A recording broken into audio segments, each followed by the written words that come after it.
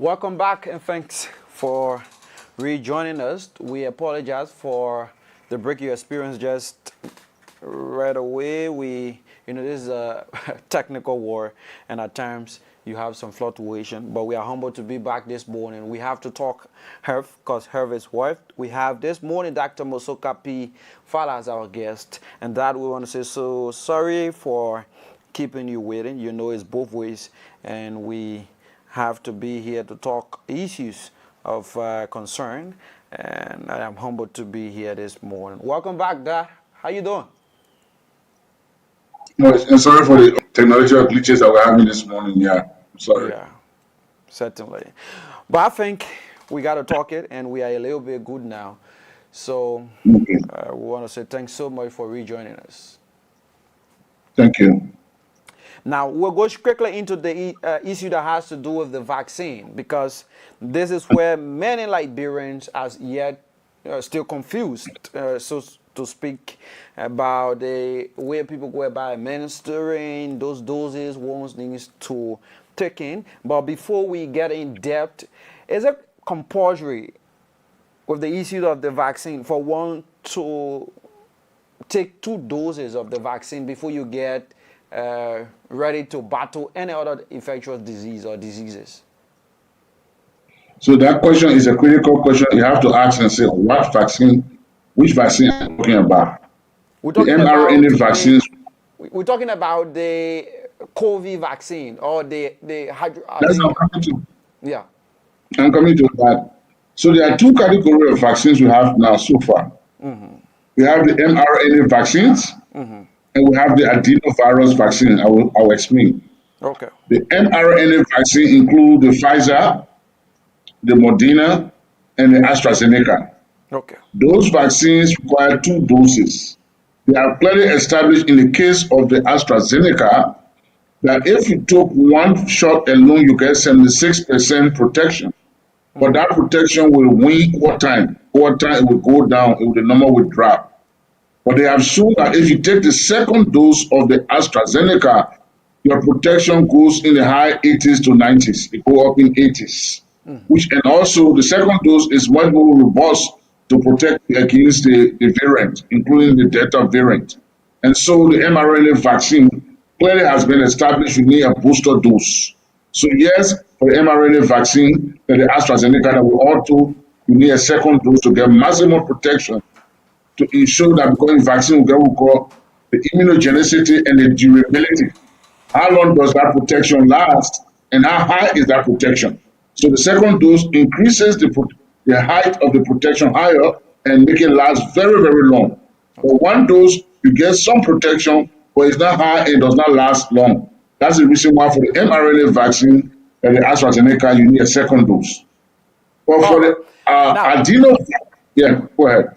now you need 2 doses of the vaccine to be Of the ready. AstraZeneca, of Okay. the All AstraZeneca. right. The Johnson and Johnson, you need one dose. All right. It's an adenovirus. I will go back to that later.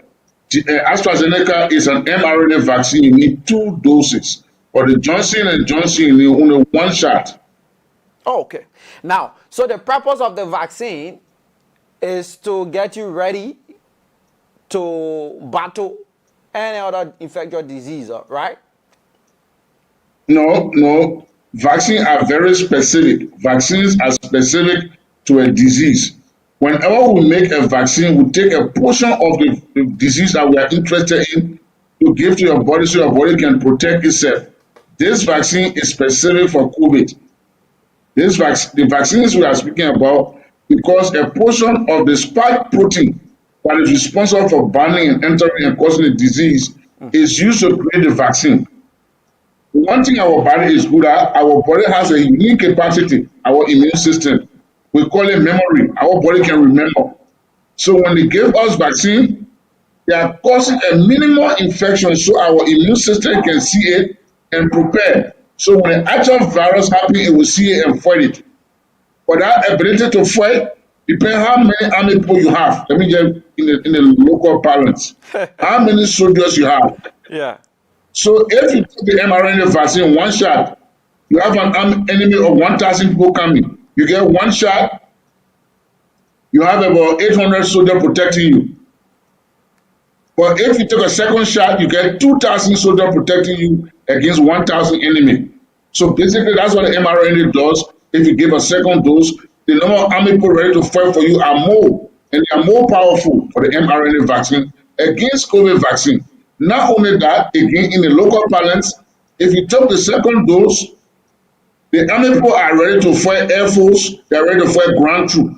But if you took one dose, you Yeah. have insufficient manpower, but they can still put up fight, but they can fight different type of forces. So you need a two vaccine for the mRNA vaccine, like the AstraZeneca, you need two doses.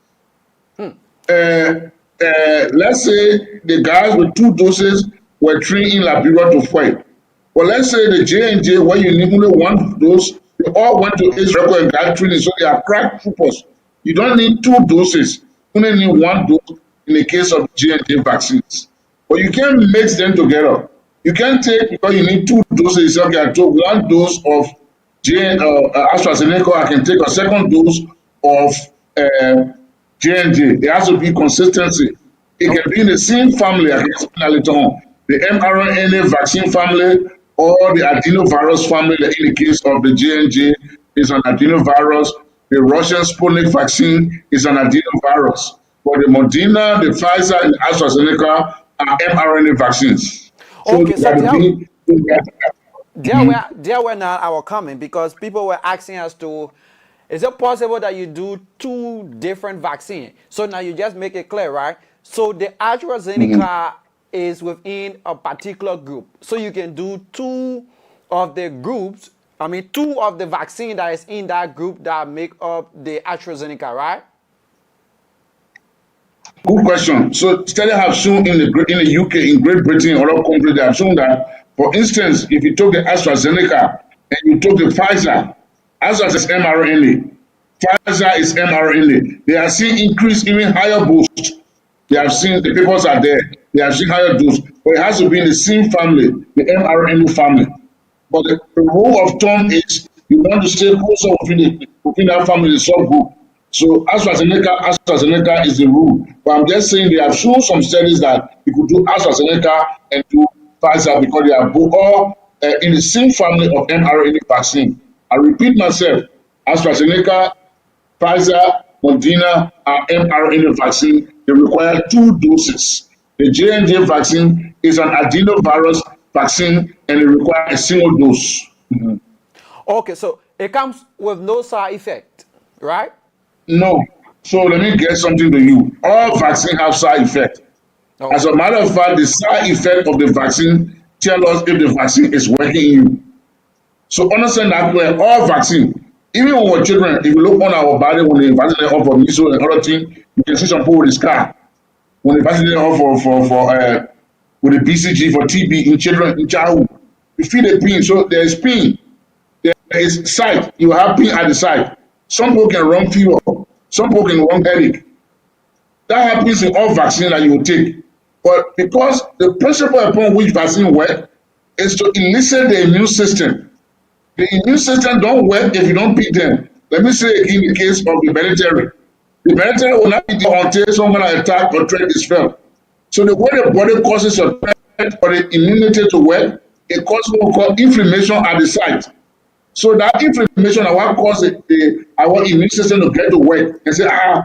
And so it is that side effect that people will get with the pain at the side. Some people will get headache, some people will get a little bit fever. But it's good because it means that the soldiers are being activated to fight. So vaccine have side effect and they range from just mild to some people be severe because it depends on people. But what they have shown, those are severe symptoms are in a small minority. Most people will be pain, so that when many person will rent me, and the father I'm feeling, I say drink water, rest. I say if the pain get more, you take 1 or 2 paracetamol. But all vaccine will produce that.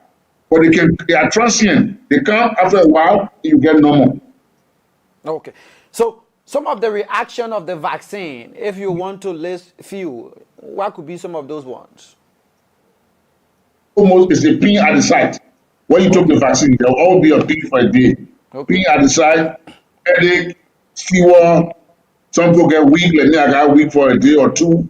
I was a little bit dizzy. I could live with it. I bought paracetamol when I took my vaccine, but I didn't want to take it because usually I don't take pain tablet until I think my pain is better because I don't let them do pain tablet dependent. So once the pain was not that severe, it was mild pain. I did not put 100 dram water. Whenever I fell asleep, I went to bed. I slept for a while, and then later on the evening, I would get up to work. So it happened brain weakness, pain, some people run fever, headache. But these are all good signs that the vaccine is working. The vaccine is activating your soldier and say, be ready to work. Attention, there's enemy coming. So that's what the vaccine does. It activates your soldier. But to activate the soldiers, you will feel some of this pain, the headache, the weakness, the pain at the site. But whenever we call it adverse effect, when it gets so severe, and the hospital lab we call that severe adverse effect. And in all vaccines, there's a small population for some reason will get this effect. But that number is very, very small. That you come with lots of experience this morning, and you've been as a health practitioner for couples of years now. Do you think it's necessary for a hospital to reserve vaccine for individual? Let's take for example, because these have been some of the complaints coming in. Like for example, I almost went to do my first dose of the AstraZeneca vaccine to a health facility, and then they are reserving the second dose for me because I did the first dose there, and the second dose I'm to do the second dose at the same facility, and so they're reserving that. And an individual who is yet to do their first dose went there, and they said no, this dose is reserved for Amos because Amos is yet to do his second dose. Do you think it's necessary? You see, COVID is a very complicated disease, and we're learning more and more about it. When it first broke in, it was like I think between 4 weeks you keep the person must receive a vaccine. But the way the message came to our countries, it was like if you don't, there will be problem. And so the country went into panic mode and kept the vaccine out of all intent and purpose that is good to do it. But now we have more evidences that have shown that, in fact, the longer you take for your second dose, the better for you. Clear even from the issue that show that you can wait up to 12 weeks. In fact, when you wait up to 12 weeks, it's for the second dose, you have a maximum protection. But where the information was given to our countries, the person have a fixed move to take the second dose. And so the countries say, okay, it is natural for us to keep this vaccine for the second dose. So it's not the way the message that came. But now we know that in Australia, they are waiting for 12 weeks. India are waiting for 12 weeks now. So in the first time, I wouldn't blame the country and the health worker. It's the kind of way the message of giving to them how to manage the second dose. The other people must be vaccinated twice. But we now know from all scientific evidences that the longer up to 12 weeks you wait, the more the maximum the protection.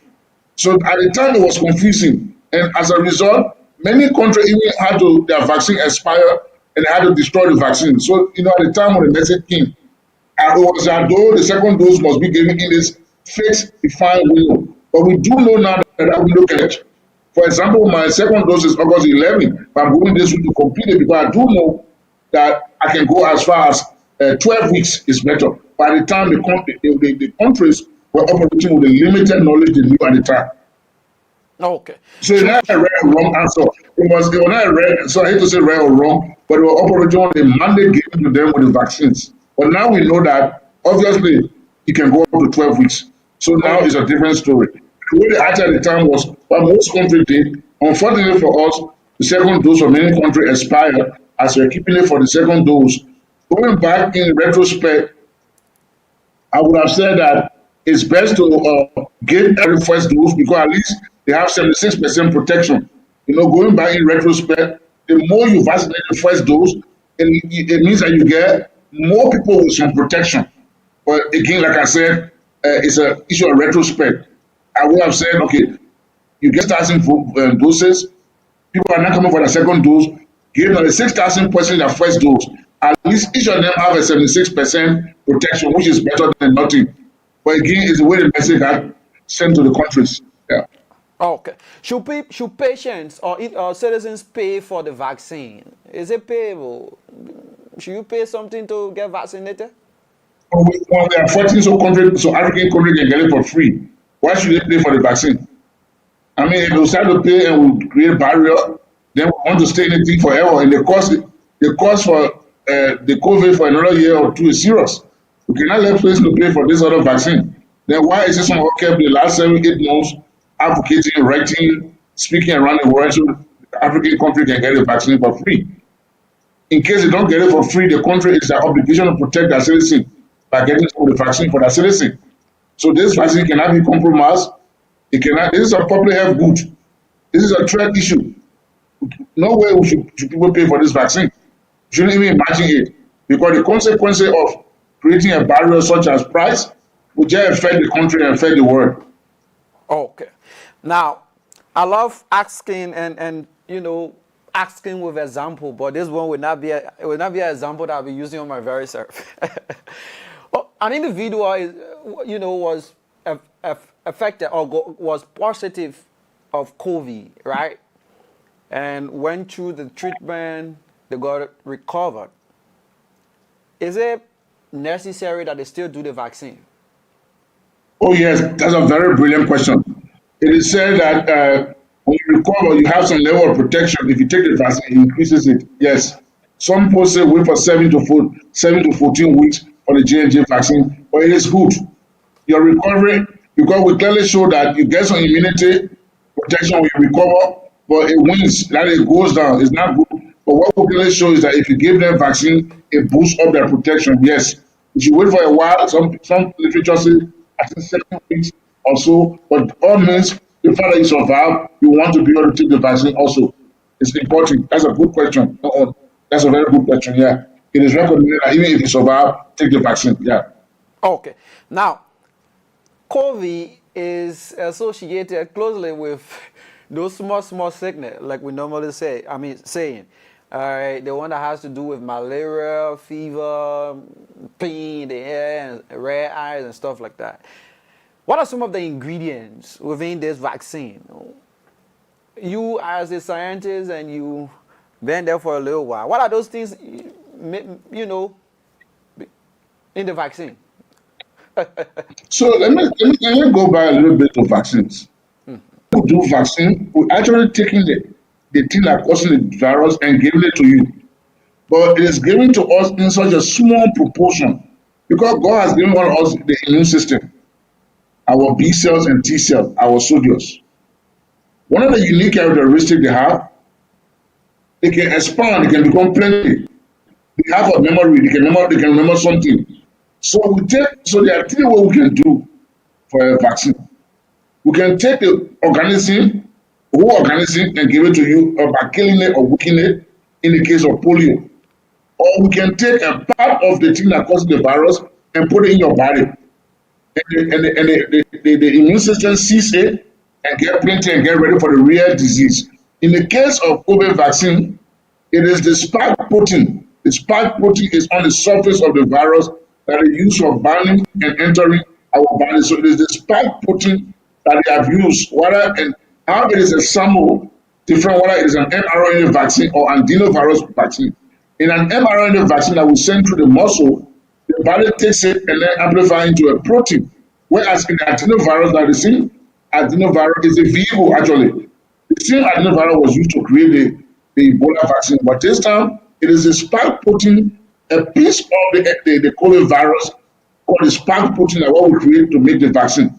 So since the major thing the virus need to attack us is the spike protein, so we give it to the body in small amount, the body sees it and then create a huge protection. So when I say down to you who are infected, you don't know, and you talk to me, when the spike protein enter my body already prepared because of the vaccine, and so they will attack the spike protein from binding and entering. So essentially the answer is that the vaccines are made from the spike protein or of the spike protein, which is the protein critical for the binding. So when you hear about the variant, basically the variant simply means some of the viruses they get sense. They modify the spike protein. So then our immune system does not see it the way it's supposed to see it. So basically, in short, your answer is that the vaccine is made from spike protein. But the good thing is, the point you raise is that indeed it is true. that more other diseases or COVID. How do we distinguish it? You know, get symptom, the loss of smell, fever, coughing. What many countries are doing like Ghana, South Africa, and that's everything, they're doing a lot of massive testing. If you report to hospital, what we call Santana surveillance. If you report to hospital, they test you there. They're doing rapid diagnostic testing. Because the only way you can find this case is by testing and testing. And you know, you do a lot of testing because, as you correctly said, but what many people do, they have the things to look for. We have the case definition. If you meet 1, 2, 3, we are suspecting you that it could be COVID. It may not be, it may be malaria, but we test you. So testing at institutions like hospitals is going to be critical. Certain institutions, you deploy testing because you can't test the entire country. But if you create a vigorous case definition and testing hospital is better. And then voluntary people come for testing. For people to come for testing, need a lot of education. Yeah. All right. We have this morning Dr. Mosoka P. Fallah as our guest, the former Director General there at the National Public Health Institute. He's a Liberian scientist now, a visiting scientist at the Harvard School of Public Health. He's our guest this morning. We're talking issues surrounding health related. We're looking at the vaccine. We are also talking about those challenges involved and how can you go about taking the vaccine. Like you said, there are groups and you can do the AstraZeneca and also do another vaccine that is formed within the AstraZeneca group. And it comes with side effects. All vaccine, even the polio vaccine, like he said, you will feel pain at the point where they give you the vaccine. Sometimes you get fever, you need to go for rest, you get headache. So all vaccine come with pain, and we are talking it right here this morning. You can also call us if you want to on 077-527-1672, or 0886-449-850. 086-449-850 is also on the screen there. And if you're out of Liberia, you do +231-775-2672 and +231-886-449-850. You will be live this morning. Probably you have a question to ask Dr. Fallah, or you have an input or comment to make this morning, we'll be very glad to have you. This is the KMTV Morning Show. Is on the 26th of August 2021. My name is AMOS Thomas Momo, and just to read a few of those individuals that are following us, we have J. Henry God Sr. He said, I'm watching. Mother Stella Herring is here this morning. She says she's seen. My boy Jones is watching as well. Prince Bape, he said, I'm watching from Baptist Seminary community this morning. Thanks to Dr. Fallah for the level of hard work done across the country, Liberia. And we have Stanley Cooper, who's also watching. We have Edith is watching as well. You can also share this live podcast and call in and ask your question as you are following us. We are very grateful to have all of you joining us this morning. And welcome back, Dr. Fallah. How is it going? Yeah, it's going great. Thank you so much, sir. All right. Yeah, we also have Ransford Branda as watching us. We have our staffs. Now, you were there at the National Public Health Institute. I want us to go a little bit deeper, because there are some things that are happening in the country at this point. Like we started though the internet, we asked some of those questions that we started with because the internet were coming a bit distracted, and we are having it very clear this morning. You were there at the National Public Health Institute. Firstly, what is the functions of MPhil? Thank you very much. I hope we will not go controversial. I was at airfield. I can't remember. I've been many years not sleeping well. Going to the Senate to be fair. So I wouldn't want to go into any of the controversial issues. One of the things I've decided to do is I'm not a good material for politics.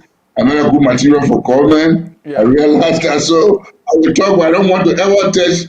I'm living a scientist and private citizen. So trust me, I will try to avoid any political issue. Certainly. But actually, it was